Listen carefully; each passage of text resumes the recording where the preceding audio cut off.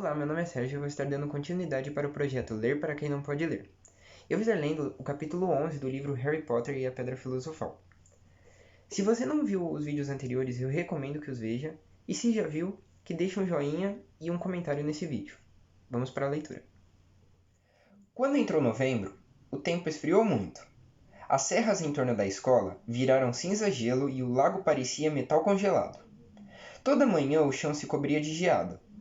Hagrid era visto das janelas dos andares superiores do castelo degelando vassouras no campo de quadribol, enrolado num casacão de pele de toupeira, com luvas de coelho e enormes botas de castor. Começara a temporada de quadribol. No sábado, Harry estaria jogando sua primeira partida depois de semanas de treinamento. Grifinória contra Sonserina. Se Grifinória ganhasse, subiria para o segundo lugar no campeonato das casas. Quase ninguém vira Harry jogar porque Olívio decidira que, sendo uma arma secreta, a participação de Harry deveria ser mantida em segredo. Mas de alguma forma a notícia de que jogaria como apanhador vazara, e Harry não sabia o que era pior: as pessoas dizerem que ele seria brilhante ou dizerem que iriam ficar correndo embaixo dele com um colchão. Era realmente uma sorte que Harry agora tivesse Hermione como amiga. Não sabia como poderia ter dado conta dos deveres de casa sem ela, diante dos treinos de quadribol convocados por Olívio à última hora. Ela também lhe emprestara o livro Quadribol através dos séculos, que acabara rendendo uma leitura muito interessante. Harry aprendera que havia 700 maneiras de cometer faltas em quadribol, e que todas haviam ocorrido durante a Copa Mundial de 1473. Que os apanhadores eram em geral os jogadores menores e mais velozes, e que a maioria dos acidentes graves no quadribol parecia acontecer com eles. Que embora as pessoas raramente morressem jogando quadribol, havia juízes que tinham desaparecido e reaparecido meses depois no deserto do Saara. Hermione tornara-se menos tensa com relação às infrações ao regulamento desde que Harry e Rony a tinham salvado do trasgo montanhês e se tornaram uma pessoa mais simpática. Na véspera da primeira partida de quadribol de Harry, os três foram até a quadra congelada durante o intervalo das aulas, e ela fizera aparecer para eles um fogo azulado, muito vivo que podia ser levado para toda parte em um frasco de geleia. Achavam-se parados de costas para o fogo, se esquentando, quando Snape atravessou o pátio.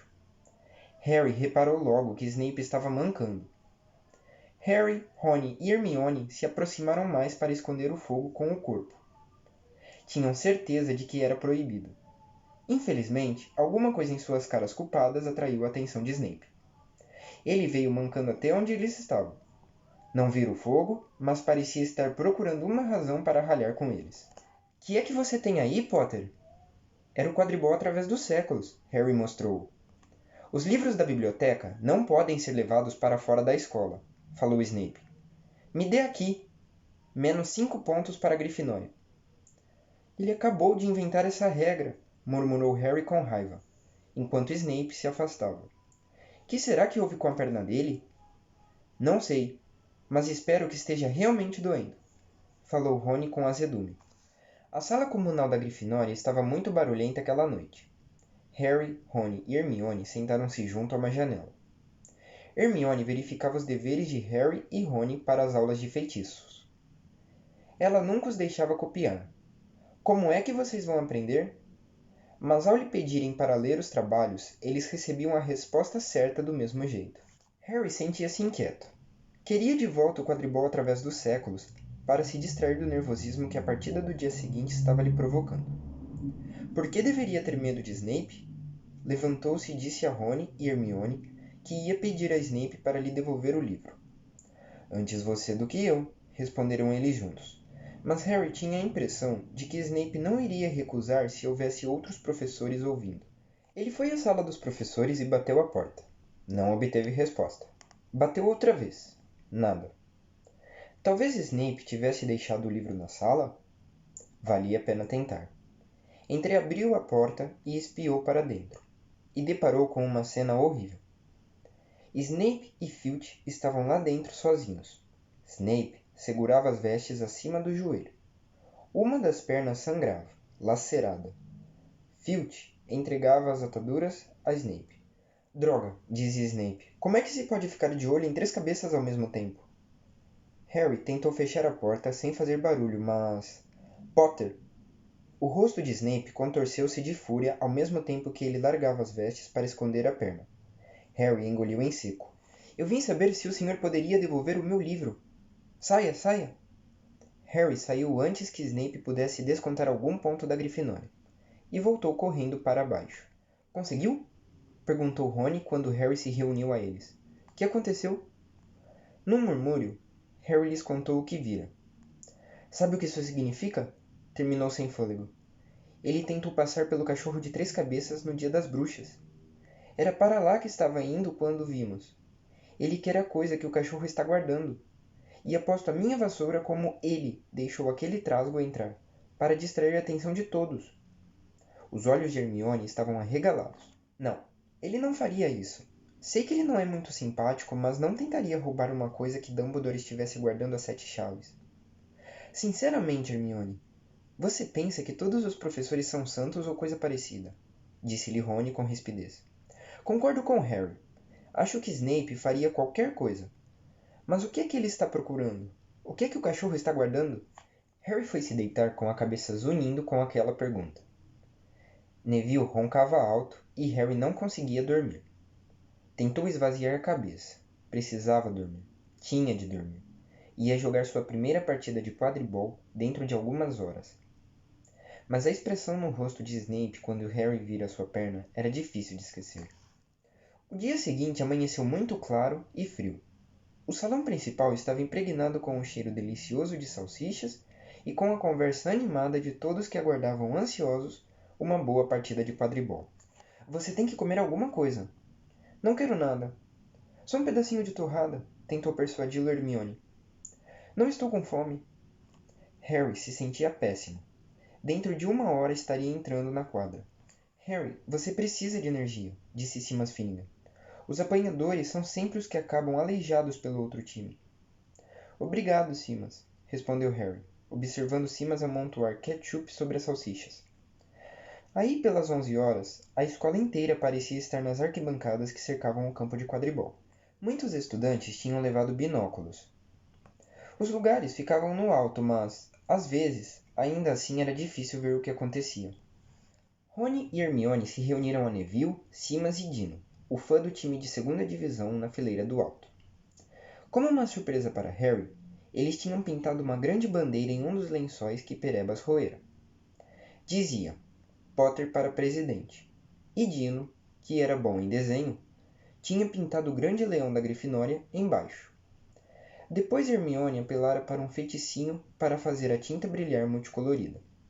Entre mentes, nos vestiários, Harry e o restante do time estavam vestindo as roupas vermelhas de quadribol. Sonserina iria jogar de verde. Olívio pigarreou, pedindo silêncio. Muito bem, rapazes. E moças, acrescentou a artilheira Angelina Johnson. E moças, concordou Olívio.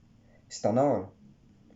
O jogaço, disse Fred. O jogaço que estávamos esperando, explicou George. Já conhecemos o discurso de Olívio de cor, comentou Fred para Harry. Fizemos parte do time no ano passado. Calem a boca vocês dois, mandou Olívio. Este é o melhor time que Grifinória já teve nos últimos anos. Vamos vencer. Sei que vamos.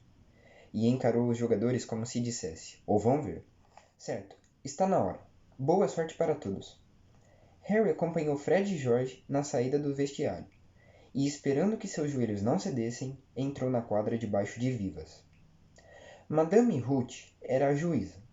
Estava parada no meio da quadra esperando os 2 times, de vassoura na mão. Quero ver um jogo limpo, meninos, disse quando estavam todos reunidos à sua volta. Harry reparou que ela parecia estar falando particularmente para o capitão da Sonserina, Marcus Flint, um aluno do 5º ano. Harry achou que Flint tinha sangue de trasgo. Pelo canto do olho viu a bandeira, que piscava, Potter para presidente, tremulando sobre a cabeça dos espectadores. Seu coração perdeu um compasso. Ele se sentiu mais corajoso. Montem as vassouras, por favor. Harry subiu na sua Nimbus 2000. Madame Ruth puxou um silvo forte no seu apito de prata. 15 vassouras se ergueram no ar. Fora dada a partida. E a Goles foi de pronto rebatida por Angelina Johnson, da Grifinória. Que ótima artilheira é essa menina, e bonita também. Jordan, desculpe, professora. O amigo dos gêmeos Weasley, Lino Jordan, estava irradiando a partida, vigiado de perto pela professora Minerva. E ela está realmente jogando com força total. Um passe lindo para Alicia Spinnet. Um bom achado de Olivia Wood. No ano passado ficou no time de reserva. De volta Johnson e... Não, Sonserina tomou a Goles. O capitão da Sonserina rouba a Goles e sai correndo. Marcos está voando como uma águia lá no alto. Ele vai Não! Foi impedido por uma excelente intervenção do goleiro, da Grifinória, Olívio. E Grifinória fica com a Goles. No lance, a artilheira Katia Bell, da Grifinória, dá um belo mergulho em volta de Marcos, e sobe pelo campo e... Ai, essa deve ter doído. Ela levou um balaço na nuca. Perdeu a Goles para Sonserina. Agora Adriano Pussey corre na direção do gol, mas é bloqueado por um segundo balaço. Arremessado por Fred ou George Weasley. É difícil dizer qual dos dois. Em todo caso, uma boa jogada do batedor da Grifinória e Johnson tem outra vez a posse da Goles. O caminho está livre à sua frente, e lá vai ela, realmente voando. Desvia-se de um balaço veloz, as balizas estão à sua frente. Vamos agora, Angelina. O goleiro Bletchley mergulha, não chega em tempo, ponto para a Grifinória. A torcida da Grifinória enche de berros o ar frio, e a torcida da Sonserina de lamentos. Cheguem para lá, vamos! Rúbio! Rony e Hermione se apertaram para abrir espaço para Hagrid se sentar com eles.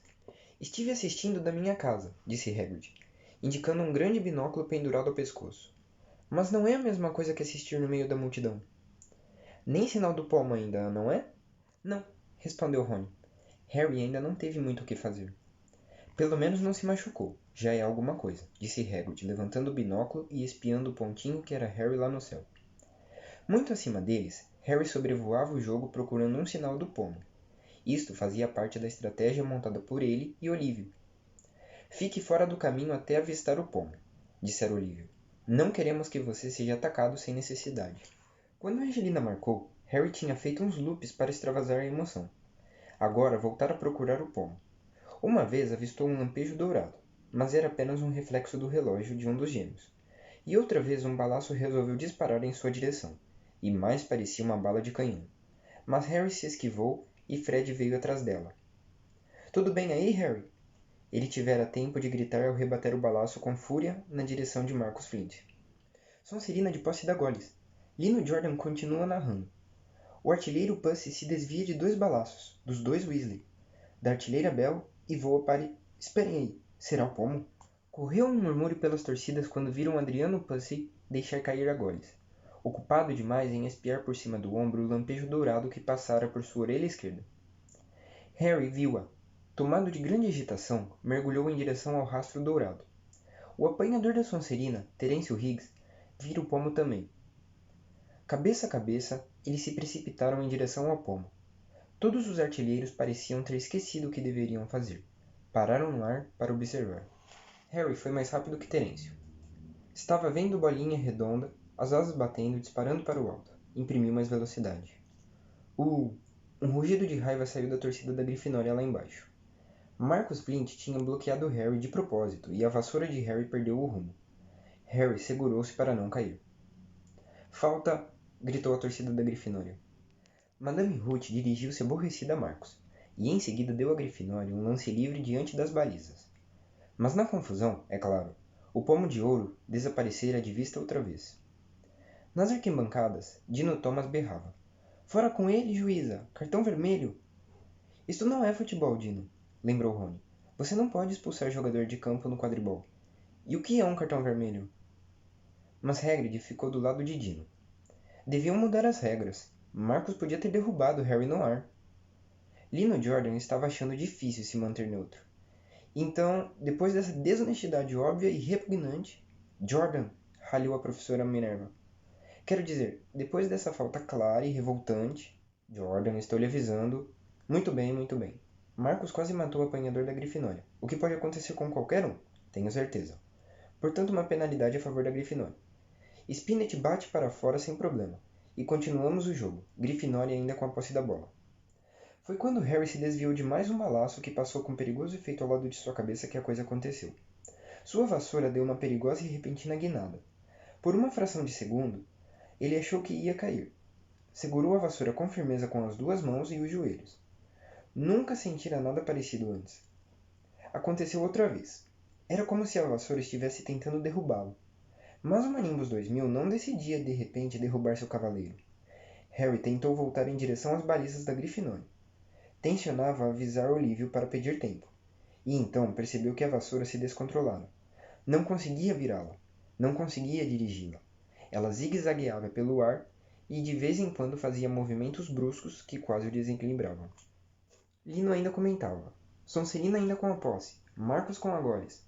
Passa por Spinnet, por Bell, atingido no rosto com força por um balaço. Espero que tenha quebrado o nariz. É brincadeira, professora. Sonserina marca. Ah, não. A torcida da Sonserina vibrava. Ninguém parecia ter notado que a vassoura de Harry estava se comportando de maneira estranha. Carregava-o lentamente cada vez mais alto, afastando-se do jogo, dando guinadas e corcoveando pelo caminho.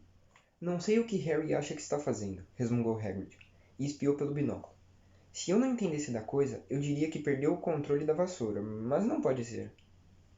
De repente, as pessoas em todas as arquibancadas estavam apontando para Harry no alto. Sua vassoura começara a jogar para um lado e para o outro, e ele mal conseguia se segurar. Então a multidão gritou. A vassoura dera uma guinada violenta, e Harry desmontara. Estava agora pendurado, aguentando-se apenas com uma das mãos. Será que aconteceu alguma coisa à vassoura quando Marcos o bloqueou? Cochichou Simas. Não pode ser, respondeu Hagrid a voz trêmula. Nada pode interferir com uma vassoura a não ser uma magia negra muito poderosa.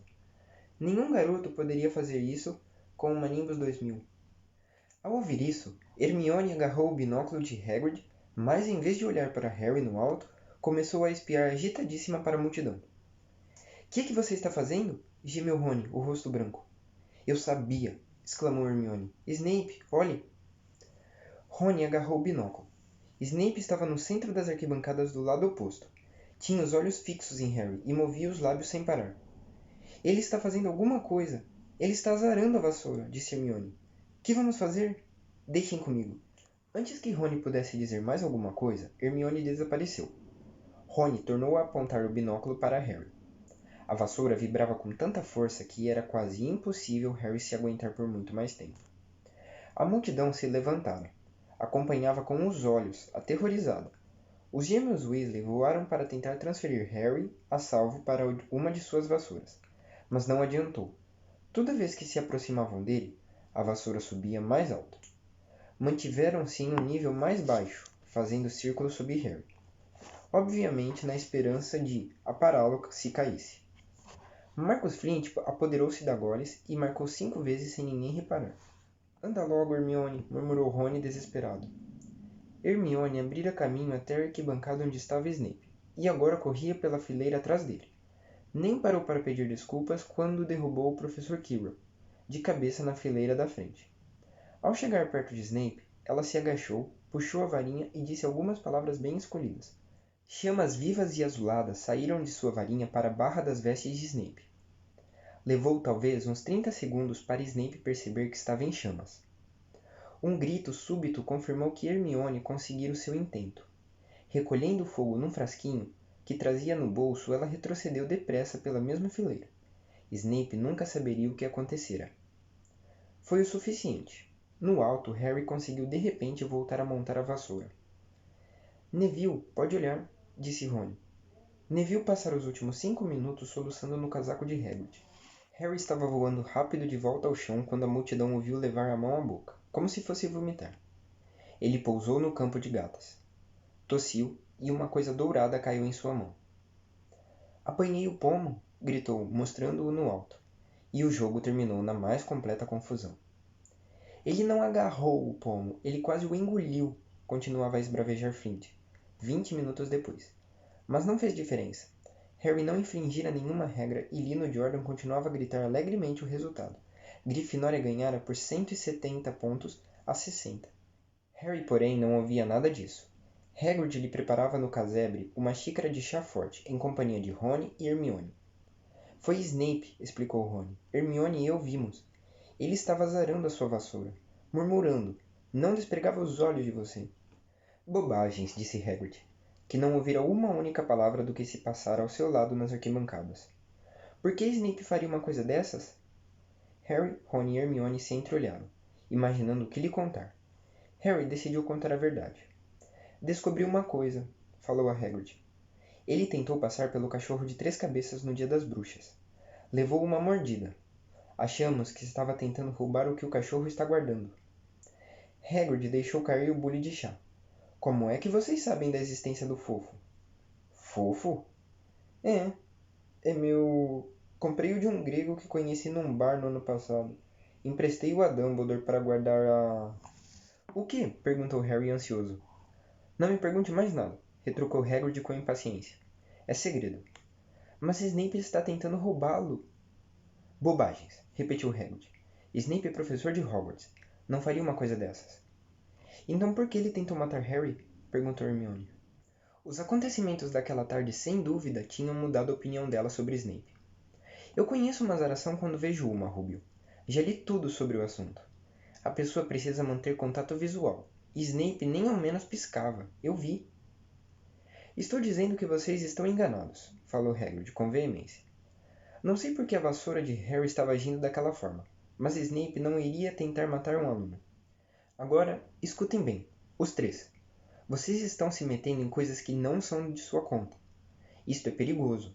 Esqueçam aquele cachorro e esqueçam o que ele está guardando. Isto é coisa do professor Dumbledore com Nicolau Flamel. Aham, exclamou Harry. Então tem alguém chamado Nicolau Flamel metido na jogada, hã? Hagrid parecia furioso consigo mesmo.